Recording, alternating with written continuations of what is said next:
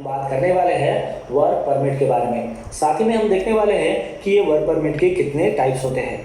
फिर उसके बाद हम देखने वाले हैं कि इसकी वैलिडिटी कितनी होती है। तो चलिए शुरू करते हैं।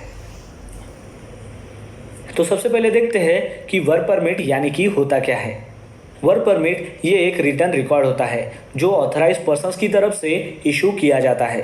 ये एक ऐसी परमिशन होती है कि इसमें एरिया को डिफाइन किया जाता है और उस एरिया में जो स्पेसिफिक आपको टास्क करना है उस टास्क को आपको एक स्पेसिफाइड टाइम में पूरा करने की ये एक परमिशन होती है। तो आपको समझ में आ गया होगा कि वर्क परमिट यानी कि क्या होता है।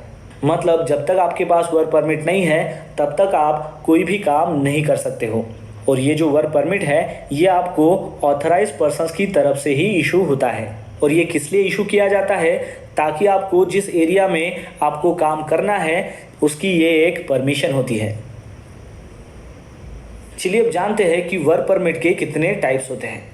वर्क परमिट जो है उसको 3 टाइप्स में कैटेगराइज किया गया है और वो डिपेंड होता है कि उसमें नेचर ऑफ हजार्ड्स क्या है।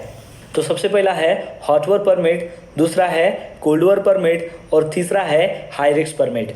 तो हॉट वर्क जो परमिट होता है उसका कलर होता है रेड और कोल्ड वर्क जो परमिट होता है उसका कलर होता है ब्लू और हाई रिस्क जो परमिट होता है उसका कलर होता है ऑरेंज। तो आप इजीली इस कलर से पहचान सकते हो कि यह परमिट कौन सा है। तो चलिए अब जानते हैं कि हॉट वर्क परमिट में कौन सी एक्टिविटी इन्वॉल्व होती है। तो हॉट वर्क परमिट में ऐसी एक्टिविटी इन्वॉल्व है कि जिसमें इग्निशन ऑफ सोर्स हो। एग्जाम्पल है कि वेल्डिंग एक्टिविटी हो, कटिंग एक्टिविटी हो, ग्राइंडिंग एक्टिविटी हो एक्सेट्रा। तो ये जो सारी एक्टिविटी है ये हॉट वर्क परमिट के अंदर आती है। मतलब आपको कोई भी वेल्डिंग का काम करना हो तो उसके लिए आपको हॉट वर्क परमिट लेना बहुत ही ज़रूरी है, उसके बगैर आप काम नहीं कर सकते। चलिए अब जानते हैं कि कोल्ड वर्क परमिट जो है उसमें कौन सी एक्टिविटी इन्वॉल्व होती है। कोल्ड वर्क यानी कि ऐसी एक्टिविटी कि जिसमें इग्निशन सोर्स ना हो। एग्जाम्पल के तौर पर स्कैफोल्डिंग हो, एक्सकैवेशन हो, पेंटिंग हो एक्सेट्रा। तो चलिए अब जानते हैं कि हाई रिस्क परमिट में कौन सी एक्टिविटी इन्वॉल्व होती है। तो उसमें होता है heavy lifting, critical lifting, working on lie overhead lines etcetera. तो ये जो सारी एक्टिविटी है ये हाई रिस्क परमिट के अंदर आती है। चलिए अब जानते हैं कि वर्क परमिट की वैलिडिटी कितने दिनों की होती है।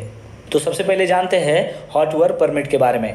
हॉट वर्क जो परमिट होता है वो वैलिड होता है 24 आवर्स के लिए, लेकिन उसमें भी कंडीशन है कि इस 24 घंटे में उस एक्टिविटी में कोई भी चेंजेस नहीं होने चाहिए। अगर उसमें कोई भी चेंजेस होते हैं तो ये परमिट वैलिड नहीं रहेगा। फिर उसके बाद है कोल्ड वर्क परमिट। तो कोल्ड वर्क परमिट की जो वैलिडिटी होती है वो 3 से 7 दिनों की होती है और इसमें भी वही कंडीशन है कि वो जो टाइम पीरियड है वैलिडिटी का यानी कि 3 से 7 दिनों का, उसके बीच में कोई भी चेंजेस नहीं होने चाहिए। अगर उसमें कोई चेंजेस होते हैं तो ये परमिट वैलिड नहीं रहेगा। फिर उसके बाद है high risk permit. High risk जो परमिट होता है वो वैलिड होता है ओनली सिंगल वर्क के लिए। मतलब एक पर्टिकुलर टास्क के लिए ये हाई रिस्क परमिट इशू किया जाता है।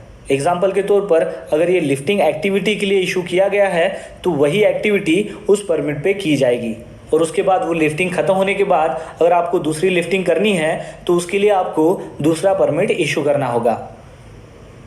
तो दोस्तों इस वीडियो के माध्यम से आपको पता चल गया होगा कि वर्क परमिट यानी कि क्या होता है, उसके कितने टाइप्स हैं और उस वर्क परमिट की कितनी वैलिडिटी होती है। तो बस आज के लिए इतना ही। मिलते हैं नेक्स्ट वीडियो में एक नए टॉपिक के साथ में। तब तक के लिए टेक केयर, बाय बाय।